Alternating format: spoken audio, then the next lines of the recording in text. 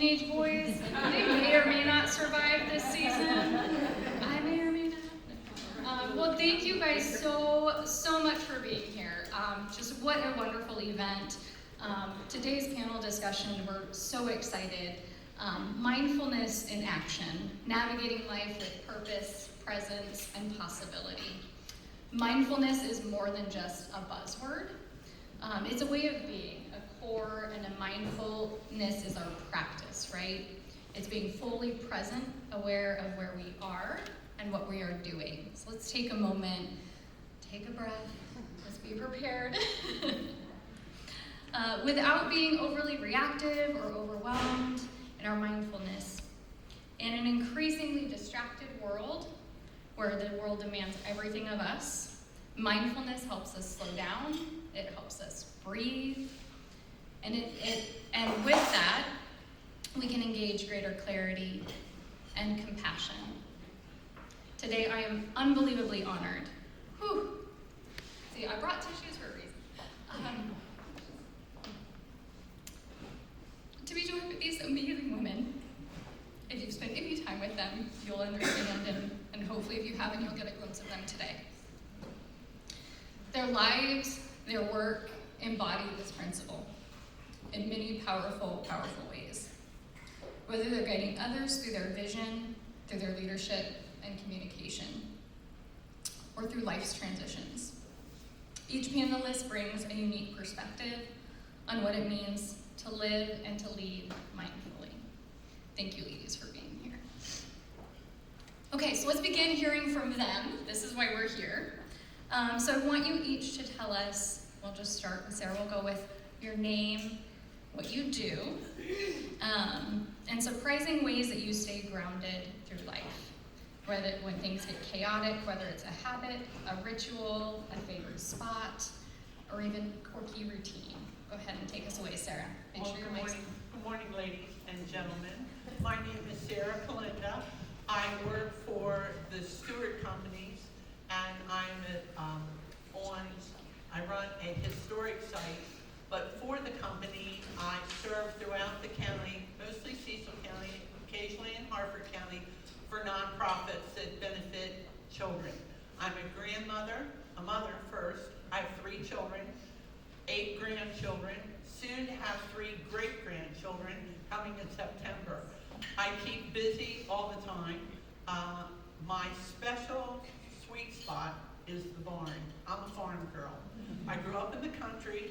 I have horses and dogs, and that's where I go to unwind and to relax. I was out there at 5:30 in the morning, brushing my horse, getting him ready for the day so I could come here and be with you folks.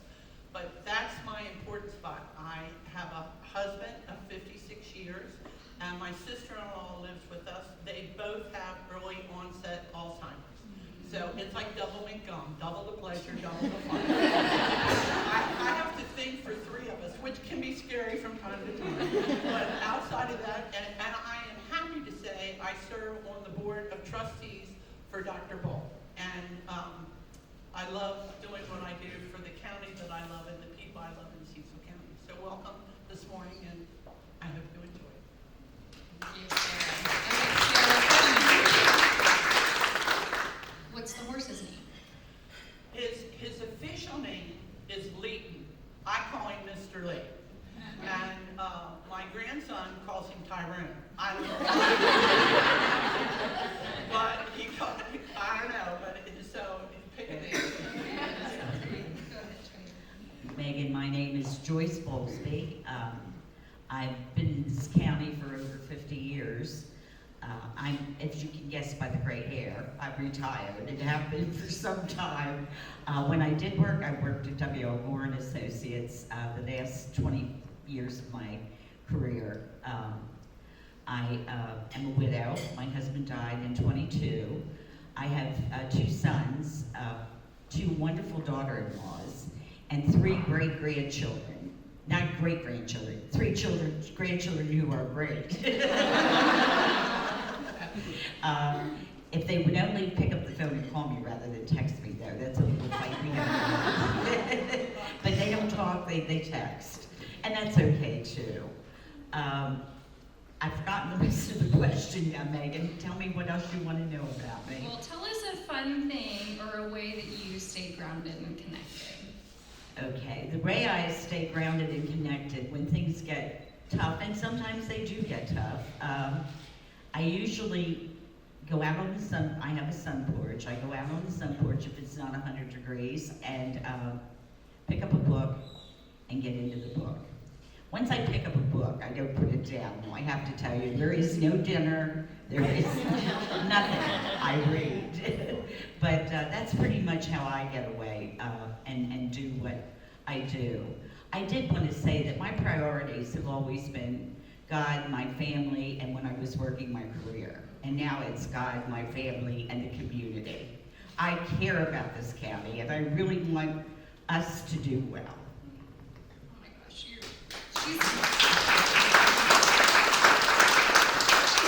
So do we get to know what book? But right now, well, I just finished A Gentleman in Moscow. And if you haven't read it, pick it up. It's a little tough to get into. I've told the person who lent it to me that I hated it when I first started to read it. And then I got into the marathon and couldn't put it down. It is a fabulous book. I think you should get the Pulitzer Prize, and I don't remember who the author is. That's all right, y'all have Google, right? Yeah. All right, thank you, Alicia. Hi everyone, my name is Alicia Calhoun and I'm the Executive Director of the Elkton Alliance. Lived in Elkton for over 50 years, definitely dedicated to the county and the town, just as these ladies have said. I have 2 grown boys who I love very much, and they are the love of my life. To be grounded, I think I do a few things. I do love to read, just like Joyce said. I'm not going to remember what I'm even reading right now, but I'm reading something. And I do love to take trips, and I like to go on walks and take a run, just to sort of get one and release whatever stress that we have together. Thank you, Alicia.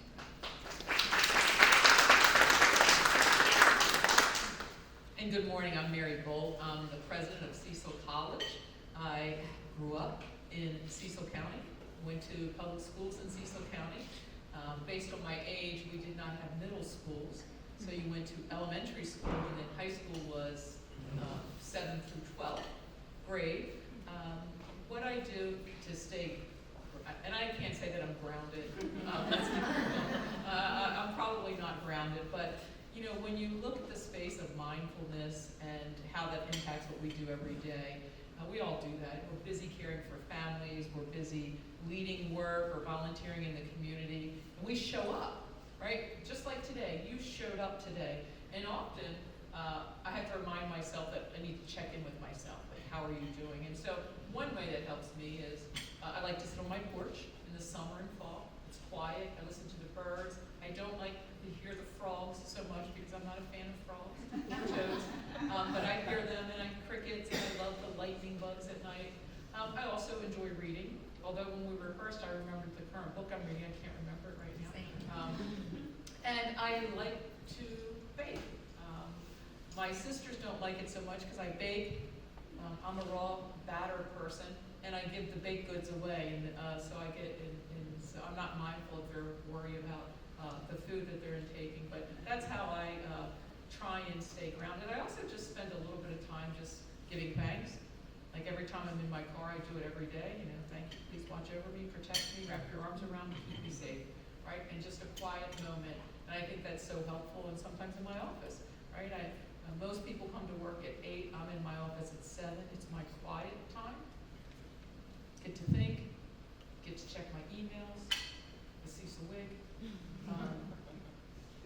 some articles in the Baltimore Sun, and just sit for a moment, because we don't know what the day brings us.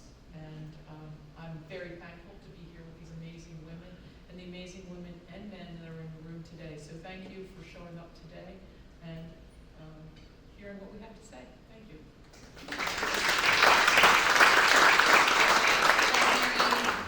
What are you baking us? What's your like? Well, What do you have sometimes choice? I have requests. So this week, I had a request. My daughter had asked. There was an incident at her work, and she was trying to provide some comfort. And she said, "Mom, can you bake muffins?" So I, baked 24 muffins and prepared hard-boiled eggs because there were several of her coworkers that are gluten-free, and so that's what I was doing. And this weekend, I'm going to be making fantastic recipe for a crumb cake that has a crumble on top about this big. I will eat a very little piece and the rest is out of my house. So, that's this That's weekend. smart. You're That's this smart with weekend. that. Well, thank you guys so much. Welcome. We're gonna have a few questions that are pointed. We'll start with you, Alicia. So Alicia, you've created an organization whose mission is to revitalize and strengthen Elkton through economic development, historic and cultural preservation. How do the arts and your nonprofit's priority to support mindfulness deepen our self-awareness? Thank you, Megan. So the arts can mean many things, right? They can be pen to paper, they can be paintbrush to canvas, they can mean sculpting, theater, entertainment, all those things. And when you think about all the things that the arts bring, one theme comes to mind. It sort of slows you down. If you're going to be painting something, if you're going to be writing something, you have to pause and think about what that means to you. So that's going to naturally invite you to be present and be in the moment. And I do believe that I'm not an artist in any way, shape, or form, but I do believe that the ones I've talked to, the ones I know, say that it invites feelings that maybe you don't just have. We are all running like crazy, every day, all day. And so when you think about the arts, and whether you're on stage and you're preparing for that, or whether you're getting ready to sit down and even read a book, like it causes you to slow down and really feel those feelings. And I think that's where mindfulness is really important when it comes to the arts, because it just takes that extra time to pause and think and reflect. Yeah, that's, I guess that's probably why I'm not an artist. Same. What do you engage with when you think of art? Is there something that comes to your mind, or when you think of kind of that culture of art? I think based on my experience at the Elkton Alliance and the work with the culture and the arts, I don't think there is any one thing, Megan, because what we've experienced is things like the palette and the page, and you saw all of the jewelry making and the artists and the sculpting and everything, and Elkton Music Hall, like it's not just one thing, like not one thing comes to mind for me. Yeah, what a great spot too. Those are great places you've mentioned. Joyce, we're coming to you. While traveling internationally, how did you incorporate mindfulness into your approach as you simultaneously balanced decades of key local board director level responsibilities across numerous nonprofits? How do you continue to do this today? Well, traveling abroad was a real experience for me. I had never left the United States before I went to WL Board. And my first trip was 15 days in Hong Kong by myself. So it was pretty interesting. What I quickly found out was everybody's culture is not like ours. Amazing. So what I did was I started to spend some time listening and watching and learning about the Chinese culture. At the time, Hong Kong was not a part of mainland China. It later became mainland China. But it was very interesting. And I think that the hardest thing, or one of the hardest things for me, was to not be, I'm trying to think of the right word. I didn't want to condemn people for what they were doing. It wasn't the way I was doing it. I didn't want to yell at them that you're not doing it right, which was very difficult at the beginning. But I learned to listen a lot, and I think that that's a part of mindfulness, is listening to the people around you, listening to the circumstances around you, and not reacting, but acting on them. That's the big thing. Don't react, act. I have learned so much because from China I went to Australia. You talk about a different culture there. So that throughout Europe and China and Australia, it was all very, very different, and I had to adapt to every country that I went to, which was great. I was in charge of customer service for the corporation. We called it the champion of customer service. Chinese don't like to say they're wrong, ever. So convincing the staff in the Hong Kong office that, yeah, they had to take back a jacket that leaked because the jacket leaked was a defeat to them, rather than a service that they were providing to their customers. So working with each of those individuals was very interesting. But again, I think that listening is as much a part of mindfulness as being mindful in your own space. Yeah, that's fantastic. Thank you. That's an incredible experience to go there alone. And traveling first time out of country. That's an accomplishment right then and there. Sarah. And it was a hurricane. Well, they called it something else. They called it a monsoon. Which was real interesting. Jeez. Well, we're glad that you made it back from all your trips nice and safe. So Sarah, moving to you, you have championed history and restoration throughout your career. You have had successful advancement in recent vision for the equine event space. How have you mindfully supported both of these apparent tensions? Am I on? Okay. What I do because I have a passion for it. I'm very fortunate in the fact that I grew up in a historic spot.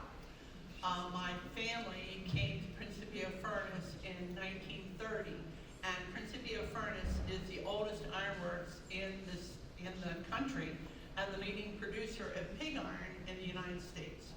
So I grew up, I don't know any different when it comes to history because I lived in the middle of it. So when the company that my father and grandfather worked for from 1930 until 1981 was purchased by the company I work for now, they got me by proxy.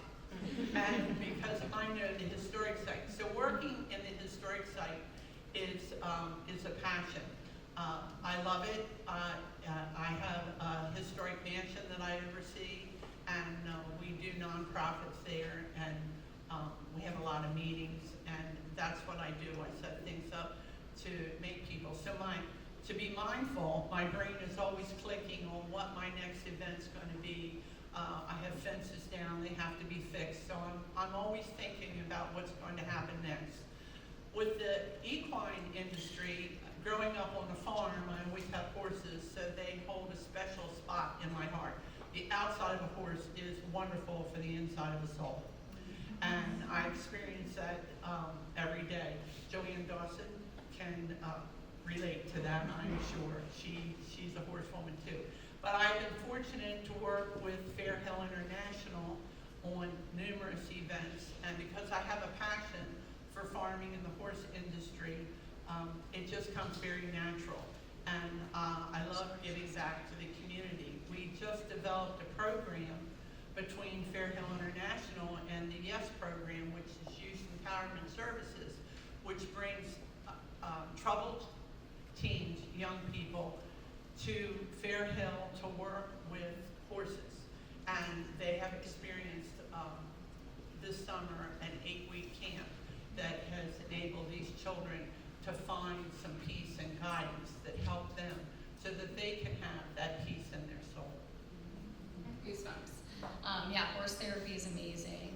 And yes, is a wonderful organization as well. One of the programs they do. Yeah, one of many, right? So we'll move on to some open discussion. So let's talk tech, right? Our lives are saturated with it. It's everywhere. Our devices, our distractions. Megan, your mic up. It's got me. Oh my gosh, I did. Good. I'm so sorry. We just punt. We dropped I was- that. That's We okay, were thank you, there. Megan. Thank you. And I am the one person that has notes, and because I know in terms of mindfulness, like, oh, strike socks. Oh, I really like this. So I know to keep myself, Reverend Burns, to keep myself focused. Wherever I go, no matter what event, I usually have something so that I can refer to. So when I think of mindfulness in the context, it's really about my role as a community college president and the legislative work. And so when I think of mindfulness in the context of communication, leadership, and higher education, at times it's a very high-stakes environment, especially legislative advocacy, because you don't know what's going to happen. What happens today is very different tomorrow. We're experiencing that right now, right? And mindfulness for me, it's not just about being calm, or it's not about being composed, and I blame that on my nursing background, right? That I will have the straightest face no matter what, and I'll have my smile no matter what. It's not just about that.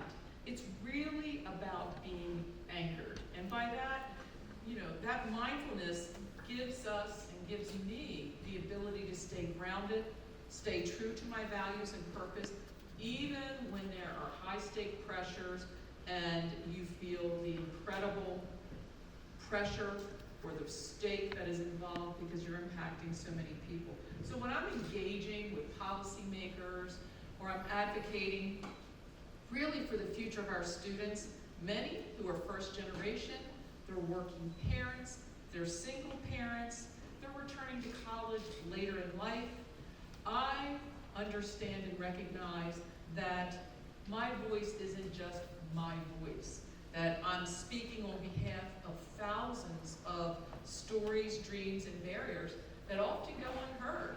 And that awareness brings a presence to each conversation I have. It slows me down, it helps me shape and focus, and I hope that I listen more deeply and hear what the person is saying to me. And I try, it doesn't always work, as many of you may know in this room, I try to respond with clarity, not just an urgency, but with clarity, because I have a message. And I try and lead with intention, not just ambition. I know what I want the end goal to be, but sometimes there is an intent that has to be met, and not just what I want as the end or the ambition. And for women, I'm sorry men, but for women, especially those of us who juggle work, family, our community commitments, and most of us are juggling multi-generational family issues. It reminds us, what it reminds me, mindfulness, is that we don't have to meet chaos with chaos, right? So you're around people who are very excitable. What do you tend to do? Try and stay calm. We can meet those challenges, those day-to-day challenges, those work challenges. We can meet those with stillness and with purpose, right? Whether you're leading a community college, you're leading a household, you're leading a group in the county, or you're leading yourself or your family through a very difficult chapter. Mindfulness helps me remember that you do not have to have it all figured out. You do not. You just have to be fully present in the moment that you're in the space that you're in. In fact, some of those most peaceful conversations, yes, I have them with myself, but sometimes when I have those peaceful conversations or those powerful conversations as well, whether it's a boardroom, the campus, the community, met a new student alumni today in the back working for our health department public relations, Cecil Brad. I just try and take the time to say, who needs to be heard, right? What is being asked of me at this point in time? And how can I respond that I can show respect, compassion, and strength? And we live in a world that often demands a reaction. A statement is made, we want a reaction now. And mindfulness, I think, should give each of us the courage to choose how we respond. And say, very interesting, let me think about that. Or just take a moment. Sometimes silence makes people very uncomfortable. That's okay, that's on them, that's not on you.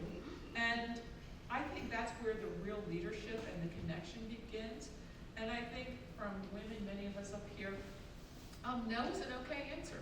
And as women, we can say no, and we do not need to explain ourselves. And I think I've incorporated that into how I now look at mindfulness. Like, no is okay.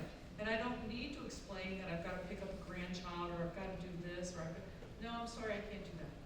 And it's being mindful and being present in the moment and being respectful to others as well. Sorry, Megan, thank you. Don't be sorry, it was amazing. I think too, if you've spent time with Mary, you know that that's true. I would definitely say intentional in conversations and she's so present, so valuable. So thank you for nudging me. As we move to talking about tech, right? We all have it. It surrounds us. It distracts us all day. Our devices are with us. So how is technology impacting our ability to be mindful? How have you found any helpful boundaries or practices to keep you anchored in that present moment? Anyone can start us off. I'll start. But, technology is a double-edged sword, right? It was kind of hard to turn that phone off this morning, right? And let's leave the phone at the table, right? That was very hard. So, it does help us stay connected. I'm sure you've been on your phone already this morning, right? Family members, coworkers, staff, and it pulls us in very different directions. But I've certainly felt that. I imagine many of us up here have that. We've even talked about technology. Well, I do love an old-fashioned phone call. Call me, right? Don't put that in text. I think it's been helpful to set a few boundaries. I think technology and mindful can coexist, but we're in the driver's seat. We do not have to pick up that phone first thing in the morning. We do not have to check that text the last thing before we go to bed and you're up all night thinking about it. So I think that we can coexist very well. I try at a certain point at night to stop looking at my text and my email, because it does at times. You read something and you think, oh my goodness. And we're in control, right? We're in the driver's seat when it comes to technology. And with AI out, technology will certainly assist us even greater. And so I believe that we need to embrace it. But I am of a generation that, yes, I can use my phone, but I still ask my daughter for things. And she said, no, I'm not putting your apps on your phone in a folder because you won't know how to use them. It's very helpful. But it's also true. It is also true, right? So I know, and the technology, I read a lot about it, and when I talk to my chief information officer, I'll say something, and then I don't know what that means, but I read this. Am I on the right track? Yes, you're on the right track. So I think that we can still be mindful. Put the phone down. You're in a meeting unless you really need to be on that. We're in a conversation. Why am I looking? You don't need to look at your text when I'm talking, right? When I'm talking face to face, I'm having a conversation. We don't need to do that. We get in the habit. I think back to high school psychology, that ding, and I'm like, oh, it's a text. Because I have my sound on, unlike many generations below me that don't put their sounds on, my daughter included, right? Like the phone, they don't. How do you know when the phone rings? I don't. How do you know if you get a text? I don't. So I think there is a place, but we are in control. And I know we've had conversations with panel members. A few of us like to talk on the phone, right? Don't text me, call me. So they coexist, but we're in control. We can choose, and we have to step away because you need to protect yourself. And I have a couple of my staff members here today, and I always tell them, I work with a lot of women that, I don't know if it's kind or not, but I said, you need to take care of yourself because no one else is going to do that type of care. And they can attest to that. I tell them that all the time. Take care of yourself. You've got to take care of yourself. And I think that's a great reminder for everyone in this room. No one can take care of you the way you want to be taken care of except you. And so again, we're in control of that. We can be very mindful that we're in charge of ourselves. I think the only thing I would add to that is that it's more about the relationship between the tech and us, the tool itself. Because she was probably talking about me, because I'm walking up and I got my phone in my hand and I was like, I don't leave my phone up there. You did say that. I did, but my watch has been vibrating the whole time. And I'm like, don't look at the watch. But I think it is that relationship. And I had somebody this weekend say to me, why do you have that thing on your arm? And I said, it's not about that simulation for the notification for me. The reason I wear this, one, it is for when I'm running and walking and hiking and things, but more like if it were to ring, like if my thing were to vibrate now and then it like vibrate again, it would give me the chance to go, that's my mom. Like, sorry, I need to go get that. Versus, that's nothing. That's a work email. I don't need to get that. Sorry, boss. And so I think it's the relationship between the technology and yourself versus just the technology itself. Does that make sense? I have a love-hate relationship with technology. So do I. Being in the 3 year and 10 years with a few extra added for good measure. And thankful for my 8 grandchildren, because I could not get through some of my challenges with technology without them. I had an Uber for the first time when we went out to Pittsburgh, and I immediately said to my grandson, "You need to show me how to do this on my phone." I'm gonna be quite honest, it makes me nervous. I'm a paper gal. I know, and it's a control thing, I know where it is if it's in my hand. If that phone dies, and my calendar is in that phone, my calendar, I thought would be like this year, every day there's something. So I carry a paper calendar in my pocketbook, small, filled with everything I need to do, times, dates, everything. But I also like the ability that if someone needs me, working with all the different organizations, they can send me an email that may be buried, and I do have an issue with email. Please do not respond all when there's 15 people on the board, and I'm on 10 different boards. 1,000 emails are pretty hard to get through. But so that's the part I don't like. I do enjoy the ease. I just bought, since my husband has Alzheimer's, I'm trying to make my life easy so that I can maintain the farm and not put the stress on him.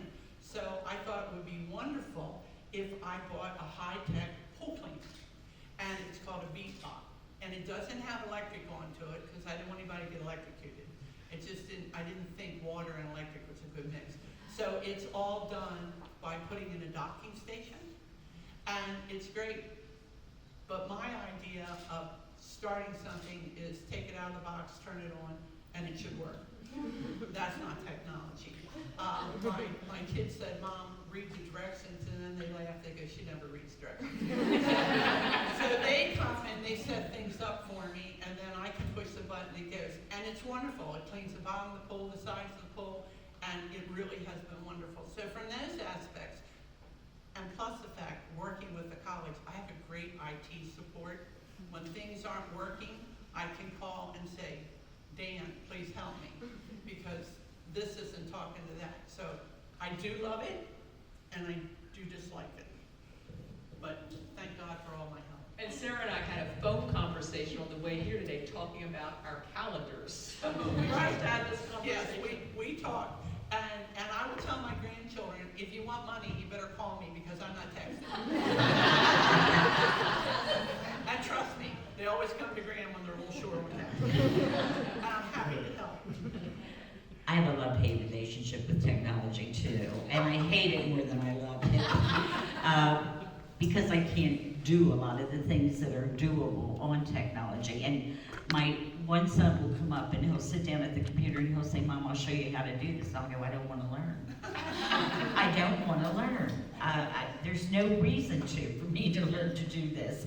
I think that AI is going to take us places though. I was on AI this week with a gentleman, and boy, it can do a lot of good things for you, like write a speech. I didn't have time to put in your questions. I'd have had notes too. I was too busy.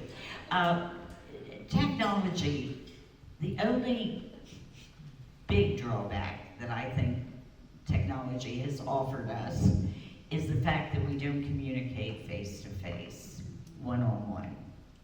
I mean, the phone is one thing, but I'd much rather look Sarah or Mary or Alicia in the eye and say, "Tell me what you really think about this." And the emotions that you get from being face-to-face is really important. That doesn't happen anymore. I cannot tell you the last time I talked to my grandchildren, really talked to them, because they text me. It's not that they don't care, but they don't have time. It's not their way of life. Now, I've told my sons that they need to call me. I live alone. And I said, one of you has to call me every day. Because if I die, I don't want to lay there and smell up the house in which you have to. No, it's not going to happen. So they very diligently do call me. We don't talk long. It's just, "Hey, Mom, how are you? I'm fine, good, see ya." And that's fine. But if there is something that we need to talk about, then we can. But I am for technology as long as somebody else does it. The one thing that I find with a text message is you can, if someone says, you ask a question, they say, no. Is that no? Or is that, no, I don't think so. And so you can't get the inflection of the voice, so things can be misunderstood. And as far as AI goes, they used to say, what is it, believe half of what you see, none of what you read, half of what I'll screw it up. But anyway, you can't believe any of what you see with AI because you don't know if it's real or not. You see things on Facebook and you go, that fish is a little too big. Yeah. There's a trust factor in Trust it. but verify. Right, and I really do have a trust factor anymore because you don't know, you see all these advertisements for, especially for Alzheimer's and all these, and these doctors are talking.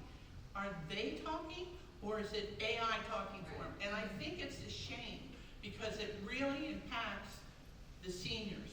How many seniors in this country, and there's a lot of us, are scammed by technology and have lost money and it's I have a real problem with that. And I just wish that there was a way to stop it. But so there's a good and a bad to everything. Scams are overwhelming, and the older you get, the more you get. Oh, I got a text message yesterday.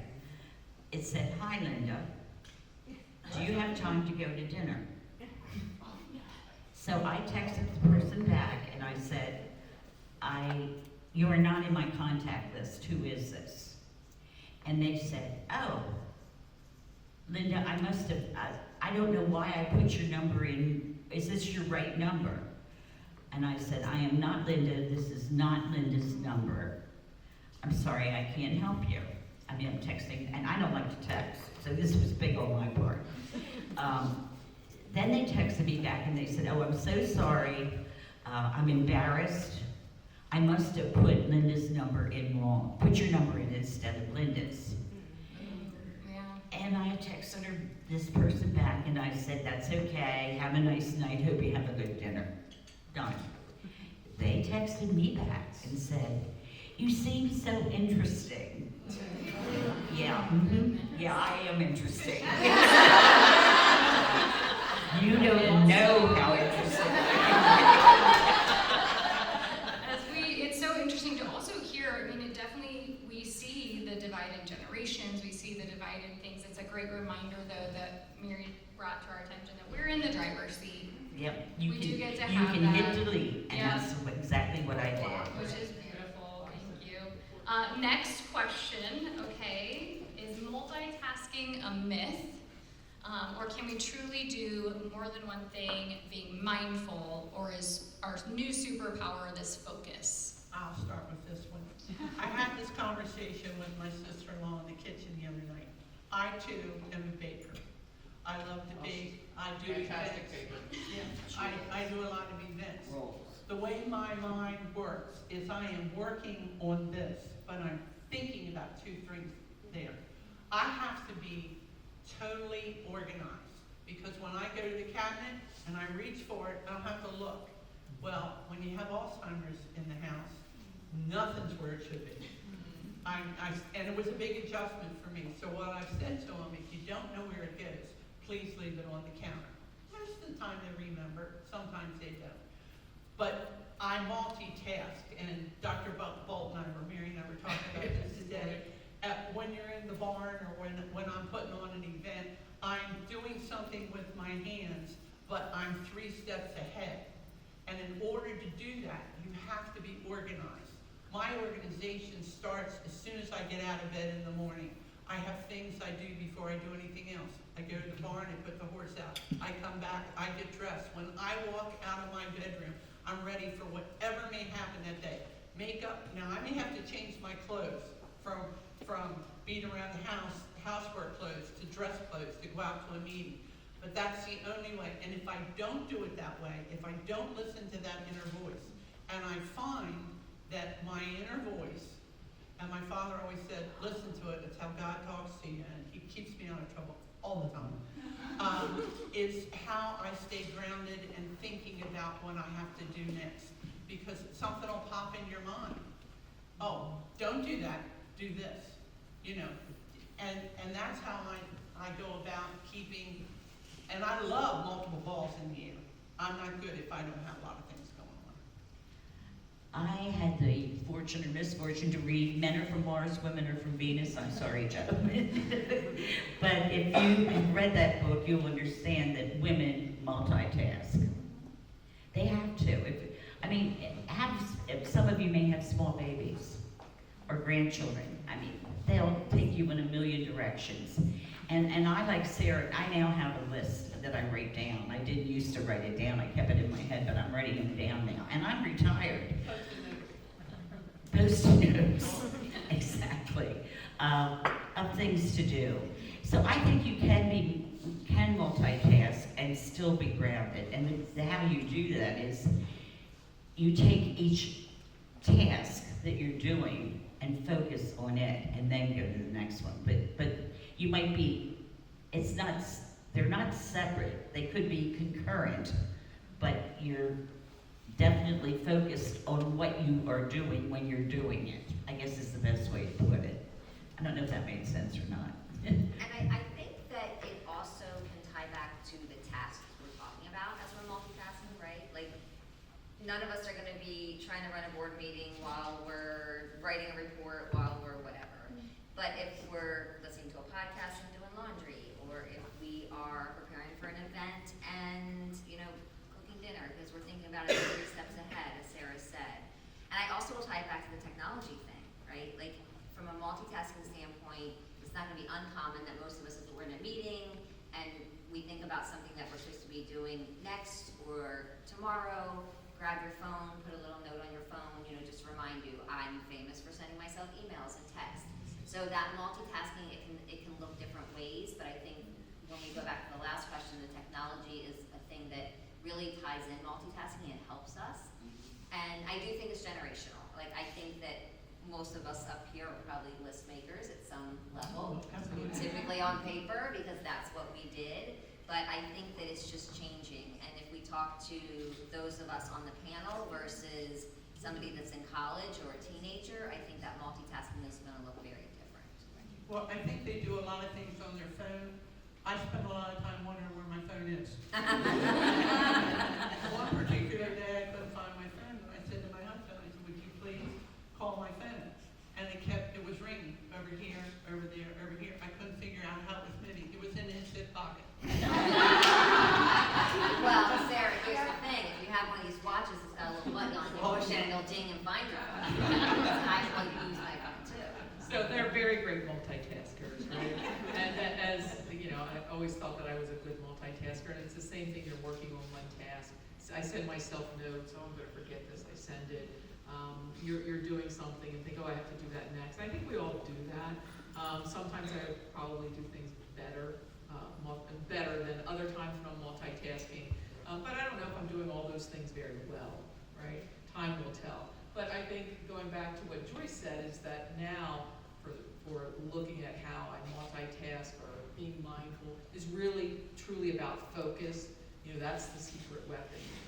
Focus when you need to focus, and sometimes you just need to slow down, focus on one thing at a moment, and give that person or that event or that project your full attention. And at those times, I feel that I can be more effective because you're present, right? You're focusing on one thing. And it's not about doing less, because I don't think we've really slowed down. Our multitasking has shifted. I think it's about being more intentional, and it's about being more focused when we show up. It's also about butterflies. Yeah, we talked about that squirrel. That is life, right? Yeah. That is it, and that brings into that technology, multitasking, all of it as well. We think of our emotions. This is a big one, especially as we talk about that woman factor and our emotions coming into play. So often, mindfulness is associated a lot of times with calm. Life is not always calm, in case you haven't noticed. Sometimes it's chaos. How do we stay calm, or how do we stay present when we have really big emotions, when we have grief, when we have anger, when we have anxiety? How do we do that without shutting down or without being overwhelmed? I have a word, talk. And it's never do anything when you're hungry, angry, lonely, or tired. Think about those four emotions. When you're hungry, you can think anything your body wants to be nourished. When you're angry, I told my husband one time, I have a quick temper, it goes up quick, it comes down quick. Do not talk to me when I'm angry. There's a fine line between sanity and insanity, and I'm about half nuts when I'm angry. So, and we can talk later. Loneliness is something that everybody faces at some time, no matter what. And tired. How many of us, at the end of the day, are just anybody that's busy? At the end of the day, you're tired, and it may take a while for your mind to calm down, but your body is there saying it's time to shut down. So, emotion-wise, I've had my fair share. I lost a grandson at 8 years old from Lyme's disease. He took sick in October, and we buried him the 1st of December. It came quickly. He was in AI DuPont. They missed it. The family did everything that they could. Unfortunately, the system failed us. His mother passed away a few years later with high-grade glioma. She took sick in October, and she died in February. So we've had our fair share of grief. What I tell myself and how I was raised to believe, people will say God's plan, that we live in the world. Everything happens in the world. God did not inflict heartache and pain on my family, but he got us through it. And you just have to think of the positive. And with my grandson, I knew that he was a strapping 8-year-old little boy who the disease went through his body and shut down part of his organs. He never would have been a happy, healthy, vibrant little boy if they had pulled him through. So, in my case, I felt that God was merciful for taking him home. I felt the same way about my daughter-in-law. My husband has Alzheimer's. People go, well, how do you deal with it? I don't think about it. You know, I tell people, so if they're around Alan and he can't remember or he looks at something, and I tell him, I said, honey, remember, you have Alzheimer's. You're allowed to forget anything in the world but me. And he'll go, that's right. He goes, and how can I do that? I said, you don't have to worry about it. I'm not going to let you. So it's your thought process. You can either have a glass half full or it can be half empty or totally empty. I choose for my glass to be half full and to thank God for every blessing I receive every day.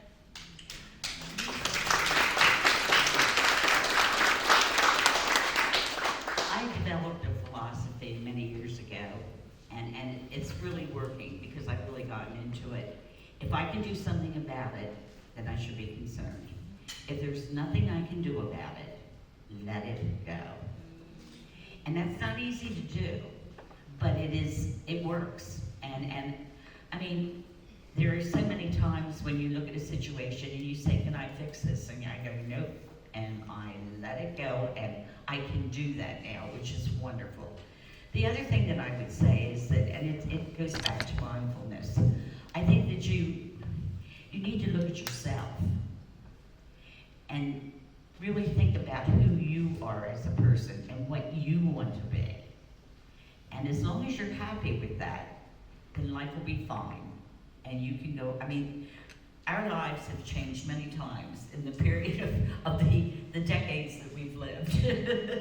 But I've managed to, and some of them weren't always pleasant, but I've managed to make it through losing my husband, and the things that come with old age. I'll tell you, all you young people, getting old isn't easy. Trust me. It's not for the faint of heart. And it is not for the faint of heart. But I think that if you can just learn to say, no, I can't fix this. So why worry about it? Why sit up nights wringing your hands? If you can't fix it, let it go. And all of us have experienced a range of emotion. We get angry, we get very angry, right? We're happy, we get very happy. We're sad. Those are all real emotions, and no matter how much mindfulness you practice, you're still going to have those emotions. It's how you address and deal with those emotions. And it's okay to say, this is really hard. I use a different word. I say, this really sucks, right? But it's okay to feel that. You have to recognize that that is the feeling that you're having now. And the mindfulness is recognizing it and saying, okay, I'm really not happy about this situation. I'm taking a deep breath. Let's see how we're going to attack this, how we're going to move forward. Being mindful doesn't make that emotion go away, right? It might provide a tactic for us to deal with that emotion, but what it does in being mindful, it keeps you from being swept away. All of us have life experiences that the trauma, however that gets defined, through life events, would probably destroy many. But we've been resilient, great family, great faith, whatever that means, and that helps you stay mindful. Because we're going to go out here today, we might be really mad on the drive back to wherever we're headed.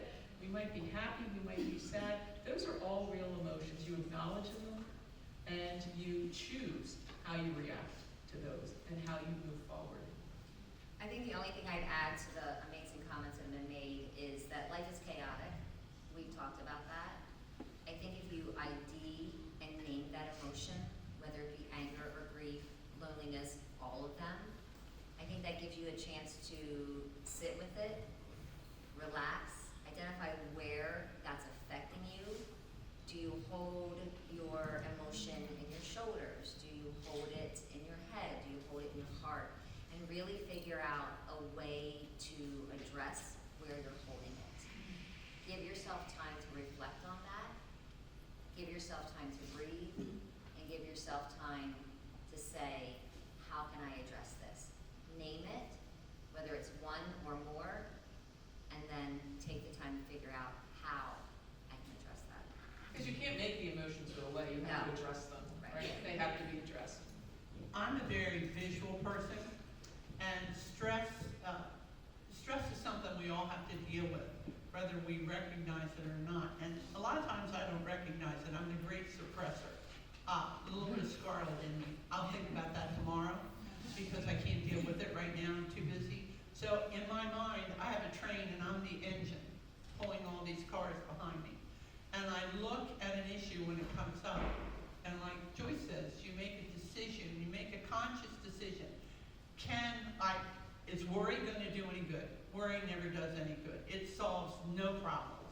I have to let go and let God take care of it. The things I can handle, I handle. The other things I can't, I take and mentally pull the pin on that car and I drive away with my train and I let that one behind me. So it helps me visually go, oh, can I fix this?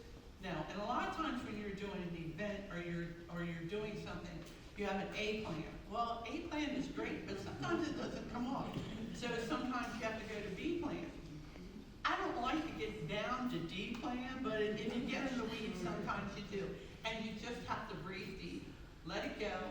Let go of the stress and say, we'll get through this. I had a nightmare last night. My nightmare was that I couldn't find my car to get here today. When I woke up, and trust me, my heart was beating like a drum. And I went, oh, thank God, I can pull this pin and let this one go because I know where my car is. Oh, thank you guys so much. Emotions and mindfulness. I mean, from someone who's actively walking in grief right now, to have, I think to have an opportunity to hear from those who've gone before, those who are walking shoulder to shoulder, and those who maybe are coming up to it. Just what a wonderful opportunity we have and an honor to be here today. We're going to shift a little bit. We get to come to you guys. So we're so thankful for our panelists to be here today and sharing your insights. We want to open the floor for some questions. What we'll do is if you'll raise your hand, we'll bring you a mic. We'll take a couple of questions, so I would just ask that you keep it short and concise, and on the topic of mindfulness, whether it's dealing with the emotions or applying mindfulness to our everyday life. And then if you'll just raise your hand, Betsy, and you can ask direct to the panel as a whole or a specific person on the panel as well. Do we have any questions out there? We do. How mindful are you in preparing the next generation, mentoring other women to follow you and to do what you do? I think about that all the time in my role of education. And it can be challenging at times because sometimes when you're mentoring someone, they don't always get to stay with your organization, right? Because you're of a size that there's only one person with this title. So very aware of providing that opportunity to mentor and to provide professional development. And most recently I had an experience with an executive team member, and I said, so, have you thought about a presidency, a community college presidency? And they were so taken back that, I've talked to actually every team member and said, have you ever thought about presidency? And one person was so taken back and said, no one's ever asked me about what I thought my future was going to be and how I would get there. And so we try and provide those and through mentoring.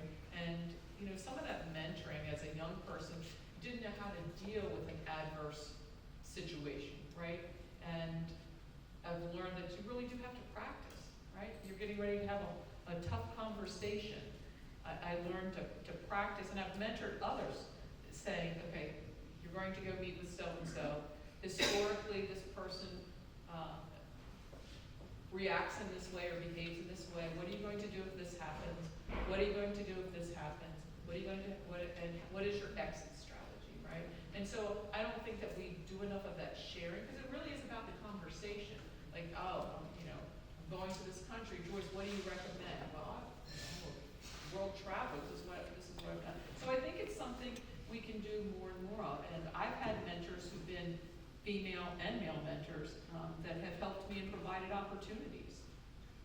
And I think that when we mentor, we need to make sure that that person we're assisting, if we're mentoring them to lead a group, that they have the authority to lead it, right? They are the leader. They have the decision making, and if their finances involved, they need to have that. So don't mentor someone for a project and not have them have the full resources that they need. So I think it's something that everyone in this room can do more and more of.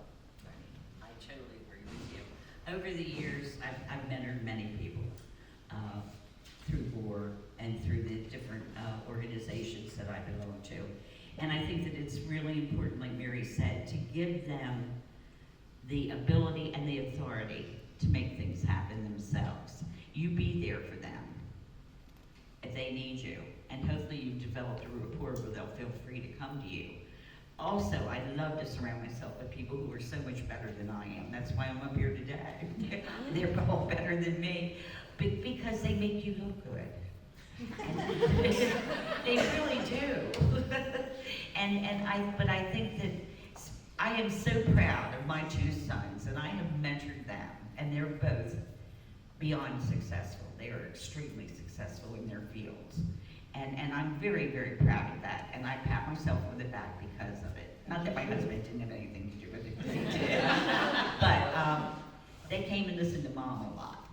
And I had an interesting, in-depth conversation with one of my sons the other day about should his company work on product that they currently make and make it better, or should they work to make new product that's not there yet? That was a really interesting conversation that I had with him. And it's those kind of things that make me proud. And so I think that just opening the door for the dialogue. You've got to have dialogue with the person that you're mentoring. You've got to know what their goals are. That's extremely important.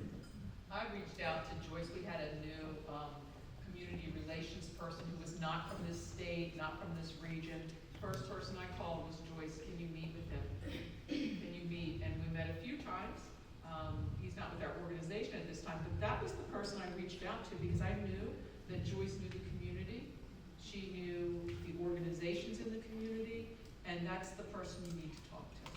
And so there are times it doesn't necessarily have to be in your field or your discipline, right? You can identify people in this room today, it's like, I'm gonna talk to Ellen because I want to know more about the YMCA, right? Like how are summer camps going? You know, you really want to find out what's going on. And so you don't have to stay in that discipline because you get mentored for more things than are just your scope of business or whatever your deal is. So kind of what Mary's saying, and remember it's maybe not where your head was, but when I think about mentoring, in my first career, I created mentoring initiatives for a global industry. And one of the things that we talked a lot about was reverse mentoring. So how do we go out to the younger generations, looking at the four of us up here, how do we go out to the younger generations and say, maybe I don't know how to put all of my apps in a folder. You know, can you help me do that? What are the other things that we can think about as certain generations to say, what do the people that are coming after us, what can they help us with? What are they skilled at? How do they multitask? How is it different? So that reverse mentoring, not us going to them, but asking them to come to us. You can put all your apps in a folder. You can, I'll show you later. I'll Show me how to use it. My experience is a little different. Through the years, I've worked primarily with youth, with children. I was a substitute teacher. I worked with socially and emotionally children when my children were still in school. And I had an experience that was an aha moment for me. My father always said, when I was growing up, he said, you know, the seniors in the school don't always know the little people in the school, the younger people, but they all know you. He said to be kind and be thoughtful of the people below you because they're watching you. I have a grandson that's 6'8", and he's a basketball player, and he's pretty daggone good. And all these children come up to him all the time, and they want to talk to him because, Gran, I don't understand why these kids, and I said, Drew, they admire you. They're watching you, and they want to be able to play basketball like you, which is wonderful. But my aha moment was when I was substituting, I was in touch with a lot of children. And one time, working for Habitat for Humanity, we were having to build a house barbecue, to build homes for families. And my idea was we took all these businesses, pumpkins, and we had the Great Pumpkin Contest. So I had gone out to the Marriott Center out on 95 to deliver their pumpkin. And I got there, and this young girl comes up to me, and she goes, "Oh, Miss Honey, you can't leave yet. My manager wants to speak to you." And I said, okay, and I thought, oh man, what's the problem? You know, you immediately go there, what's the problem? And she comes up to me, and there was this, I will call her vertically impaired, because I had to sit down to beat her eyeball to eyeball. But she was this little tiny girl, and she comes up to me, and she goes, and she starts to cry. And I said, what's wrong, dear? She said, Mrs. Glenda, I have waited for years to thank you. And I thought, what? And she said, you know, I'm really lost at this point. She said, you were my substitute teacher in middle school, and I was from a home where I was not supported. And she said, and I was having a bad day, and you pulled me aside and said, what's wrong? And she said, I'm never going to be anything. And I said, oh no, you're going to be whatever your heart wants you to be and whatever you work to. And I didn't remember the conversation. She said, I'm the manager of this place now because of you. And she's crying, I'm going, okay, where's the teacher? But I realized that yes, I'm a farmer's daughter. And what we do in life and what we don't all realize is we're all farmers and we plant seeds. We can plant seeds of kindness and encouragement. And that's what we need to do with all the younger people, because there's so many trials and tribulations in this world. They need to know that they can be, that there's a good spot for them. And if I may, just one story about a mentor. He was my boss. I was an x-ray technician at Johns Hopkins Hospital, and Ted, his name is Ted Williams, he was not the baseball player, but Ted was always in school. And, you know, I was working in the inpatient radiology, and I said, Ted, do you think I should go back to school? So it was a hospital-based program. Right? He said, I don't know. Why do you ask? And I always went to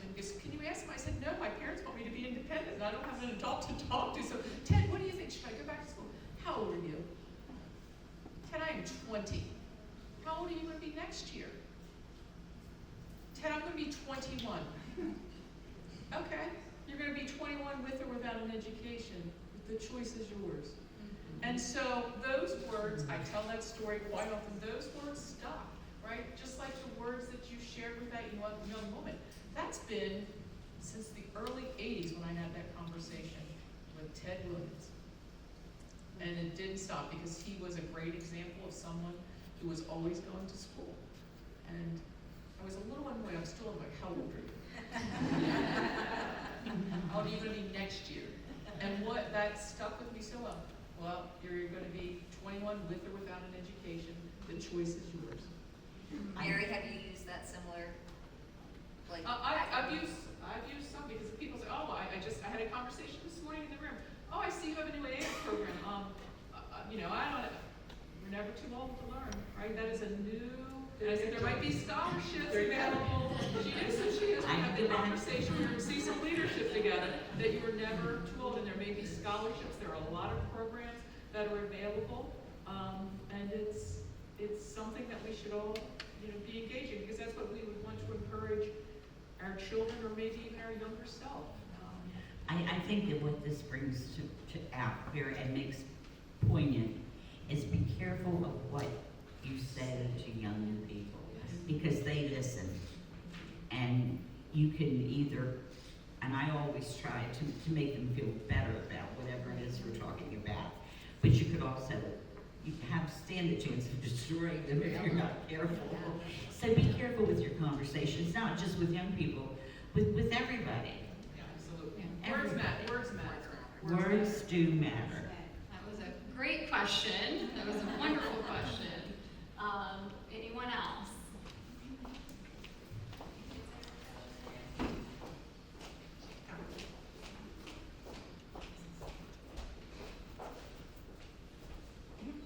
feel a bit like a bobblehead there. You guys have said so much great things that I've been nodding along. I would like to know, I'm sure as women in the industry, you have been silenced in many spaces, or at least the attempt has been made. How have you dealt with that? Or just, negative approaches to, reactionary women? Well, I can answer that first off. Working for the company that I work for, I am around a lot of men. And I'll give you an example. First off, my father raised me to be a strong woman. Not a whole lot of weakness in this lady sitting here. It's just part of my nature and part of the German heritage, I think, from my mother. But I was sitting in a meeting in the mansion.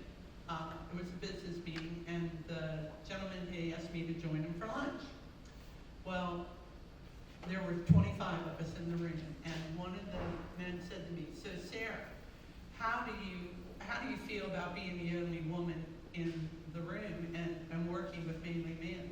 Are you intimidated?" And I looked at him and I said, and I kind of smiled. I said, "I haven't met the man yet who can intimidate me." I said, "That's not how I was raised. I was raised that I have a mind, I have a spirit, and I have energy, and I put it forth. So if they're intimidated by me, it's on them. I'm kind to them, but I just take it." And yes, there are men that, I run into a couple that want to belittle you and not make you feel your worth. But you need to know your own worth. You need to know what you bring to the table. And it's a God-given strength. I worked and grew up in the age when the glass ceiling was plaster. I mean, there weren't a lot of women out there in responsible positions. I can honestly say that I have never had a problem working with men. And I think it was my attitude, just like Sarah. You've got to let them know that you are their equal. You're probably smarter than they are, but you don't tell them. Well, that's a learned trait. Yeah, that is a learned trait. But I can honestly say that in my whole career, which was long, 40 years, I never felt that a man held me back. I would tend to agree with that. My first career was 30 years in a very male-dominated industry. I started when I was 21. Didn't know anything from anything. And I think what I've learned over my career, and I was just having this conversation with somebody over the weekend, communication.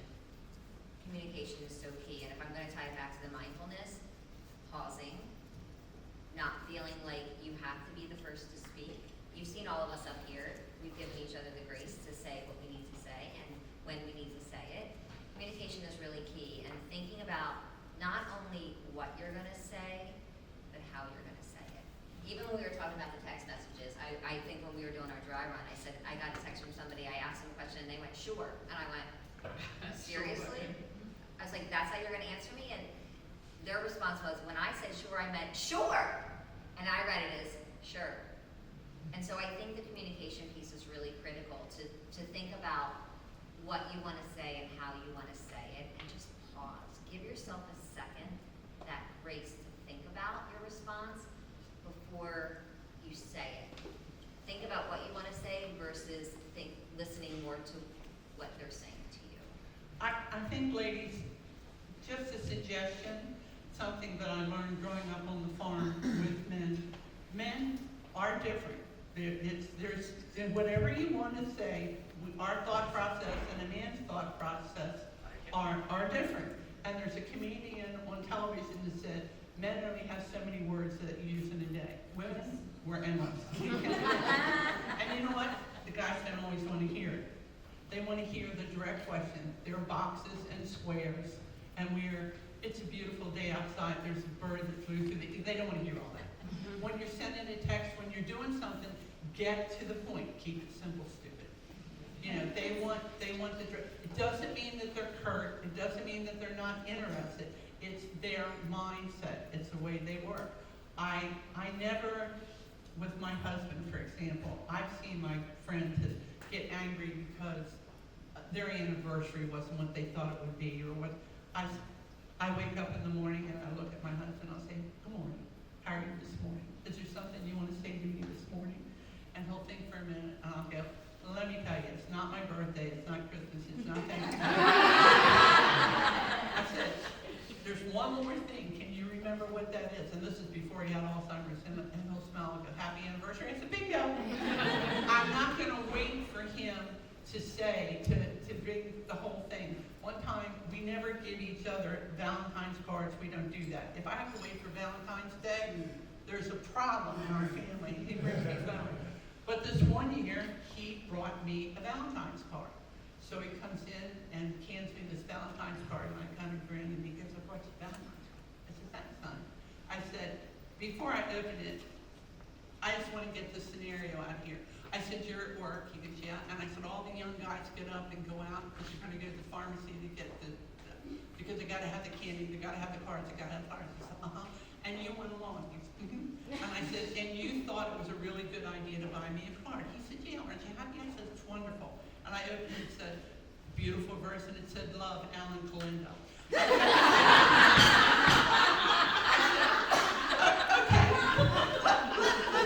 Let me put another thing on the scenario. You signed it at your desk. I said, "I think what your last name is my last name. I got this baby." The only card I have kept in our 56 years. I have that card. But you have to know that's the mindset. Yeah. So, accept them. They'll learn to accept us. We're challenging for men to live with. I mean, hormonal alone. It's not fair. Guys, am I wrong? Erica, when you're talking about men, Plead the fifth. it's not, Plead the fifth. it's just really, there can be women in our lives who may not be very supportive of us, or, so, They can be worse than I just that. don't wanna just focus on men, and so how do you deal with that? And, I've learned over the years, we smile, and I'm thinking, where's this person coming from, right? There's something that reaction came from, and, it's hard sometimes not to take those comments or that action very personal, right, or personally. We're humans, we get our feelings hurt, right, we get our feelings hurt. But try to not come from that place and say, there must be something horrific going on in this person's life for them to feel that they have to behave in that manner. That's not who I am. So you have to continue to stay focused and know that there are times that you need to address it. And I've had to do that in the past. It took me a while. I had to practice. A person said something to me, and I was very upset. Didn't let it know. He didn't know. I came back the next day, and had the conversation and say, how dare you say this? No one in my entire life or career has ever questioned my veracity, and you had no right to do that. He apologized. That was not necessarily what I was looking for, but I was not going to be treated that way. But just so you know, it's not just men that we're with, women as well. And sometimes, you know, you have to give grace, right? Just like sometimes you're like, oh, she was pretty rude. Give her grace. You don't know what happened this morning. That doesn't make it right. But sometimes we just have to step back and Be give kind. grace. Be kind. Yeah, I always say you never know what's going on behind closed doors. Exactly. You never know if my dog died this morning, if my spouse has Alzheimer's, if my mom's in the hospital, if my child is sick. You never know what's going on behind closed doors, and so kindness always. That's a great question. Do we have time for one more, or should we move on to our last question? Okay, we'll move on to our last question for our panel. So, as we bring things to a close, what does mindfulness look like to you in our community? And what role do each of us play in building it? I think a mindful community, and I love Cecil County, it's where people feel safe, not just physically safe, but emotionally safe. They feel safe to share ideas, feel safe to share the gifts that they possess themselves. And I think a mindful community, for what I would like to see is for us to slow down and actually see each other, hear each other, have the conversation. You know, and I see this on campus when I see a student help another student. I see a staff member take the time to check in. I love it when I see a student or someone on campus and they see someone perhaps dressed in a suit saying, oh, we usually don't see business suits on the campus. They stop. Our culture is such that that student or that staff member will stop and say, hey, may I help you? Do you know what building you're going to? And, you know, I think a mindful community, let's take the time to check in on each other. You know, how are you doing? We have a new school starting here. How is school? How's the launch to your new business going? You know, it doesn't take much to have that conversation, to really check in.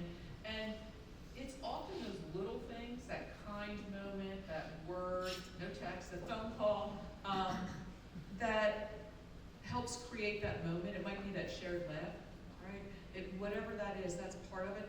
And we don't only play the role in it. Every single person in the room plays that role and plays the role in creating that mindful community. And it starts with how we treat each other, right? It starts there, and it also, maybe it ends or it's always with us, it's how we treat ourselves. You know, what's the last kind thing you did to yourself? Maybe coming here today, right? Maybe sitting out on your porch, maybe finishing that book. You know, it begins with each of us, and that is how we will make this county, this region, an even better place. I think anyone that knows me that's sitting in this room knows how I feel about community, Elton specifically, but the county as a whole. And I think it comes down to respect. Because if it's an individual, if it's a group, if it's an organization, we have to think about respect. What works for us, like Mary said about thinking about ourselves, but what works with the community member that we're talking to, dealing with, working with, partnering with. I think you pretty much, both Mary and Alicia, have summed it up, but I just looked around the room this morning and I saw women hugging and saying, hey, I haven't seen you for a while. How's this? How's that? That's wonderful. That's community. Caring about what other people are doing. And I think that is so important. And I think that we're very fortunate here in Cecil County because I belong to many organizations over the years, and there usually is a very deep sense of caring for what their cause is, but also for each other. And if you don't have that, you don't have anything. There's just one quick little story I want to tell. There was a group of women who used to go to Cancun in the over President's Weekend, and I was one of those people, and two of them were here. And one day, the final day that we were going to be there, we were going to have dinner at a French restaurant. There were 13 of us, as I recall. And there's 2 women here today that can verify this story, if I've got it right. Okay, raise your hand, we have to know who you are.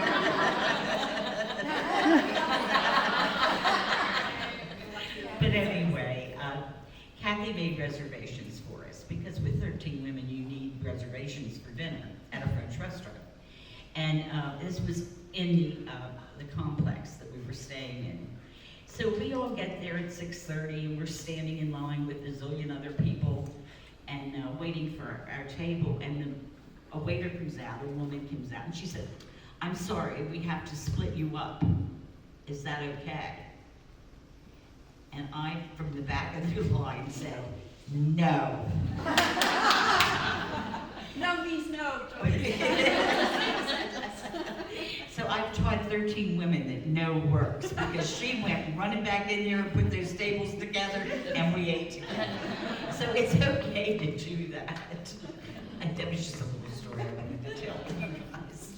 Well, when I think of being mindful of our community in Cecil County, my family goes back, way back in Cecil County, like Mary's family. Like I said, raised in a farm community when, and I know this is gonna sound funny, when Cecil County roads were dirt. And that's right after the dinosaurs. But the roads were not paved. I used to ride my horses down the dirt roads, and I've watched our community grow. And I was fortunate enough to be able to work on the comprehensive plan with Joyce and numerous other folks. There were 32 of us that developed a comprehensive plan for Cecil County. And it was a good plan. It kept our farmlands that pushed the business into the business district, into down the corridor, the growth corridor. And I've been fortunate to watch our county grow. What's important to know about our county and our community, if we do not move forward, our children, our future cannot be successful.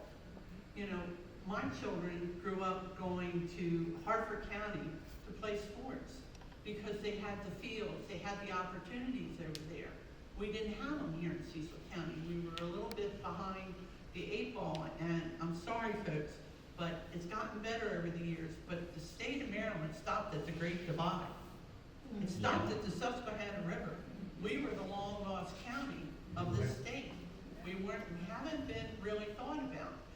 But people have started to notice us, and there's been a lot of wonderful things that have happened. There's been some things that maybe not so good, that we wish that there wasn't the overgrowth.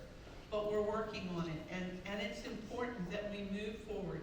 And it's important that people in the community get involved.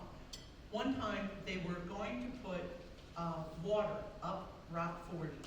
They had spent $3 million in a study to put water. I live in the country, not far from Route 40.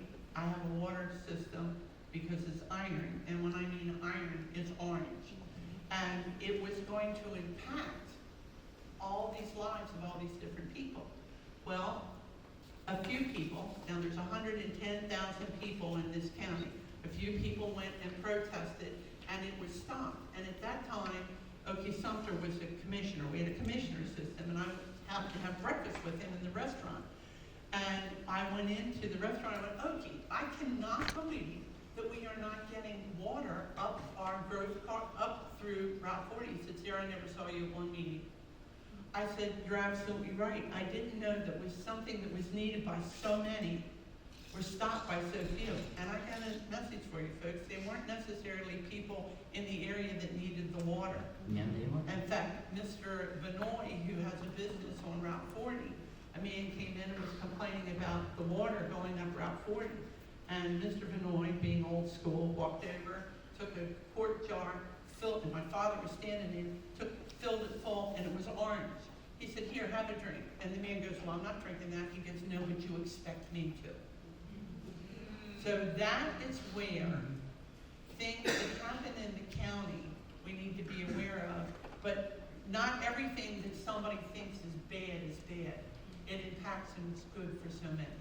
So be visual. Look for the good things. And it just as much as, in fact, my family laughs, my neighbors laugh. I have the state roads on speed dial. If I'm running up Route 40 and I see garbage on Route 40, I call. This is our county. This is our home. This is what we love and we cherish and we should be proud for. It's God's land. Take care of it. Let them know that it needs to be cleaned up. Let them know. That's what they're there for. And they're never, oh, it's her again. Thank you, Mrs. Clinton, for calling me and letting me know there's a dead deer in the middle of Route 40. You know, they want to know. So be a part, be an active member for everyone. Love that. Thank you, guys.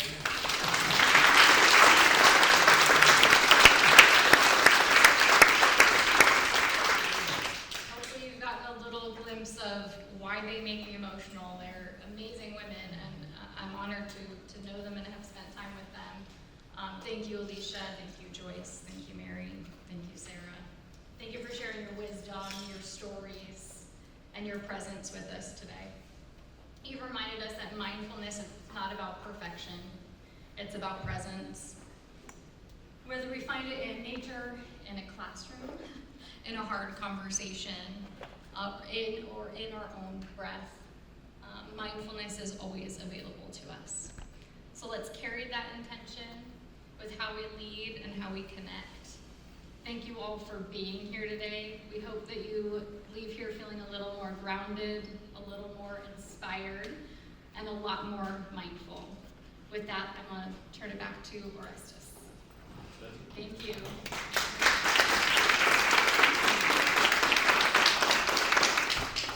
Mary has a question. I just asked if we could introduce Lexi, your special guest. Absolutely. Lexi Alexander, would you mind standing up? We are so honored to have you this We're so glad to have you in Cecil County. Lexi traveled in from Philadelphia today. We thought that she was going to be traveling in from Frederick today. She attended to a family emergency and still held steadfast to her commitment to being with us this morning. So thank you very, very much. How about that amazing panel? How about that amazing moderator? Thank you, friends and guests. Lexi, thank you for attending today. It was so inspiring. In 2026, we have big plans for the Women to Watch speaker series. The panelists will be hand-picking their successors for next summer. And we feel that they're in the best position to do that because that allows for the high caliber of speaker that you've experienced today. And then in 2026, the panel touched upon this as well. We're going to be really focused on the important work of mentoring young women, both personally and professionally. And we bring through the Women to Watch program this vast regional resource straight to Cecil County. And we want to work with the existing networks already. So we are very, very excited.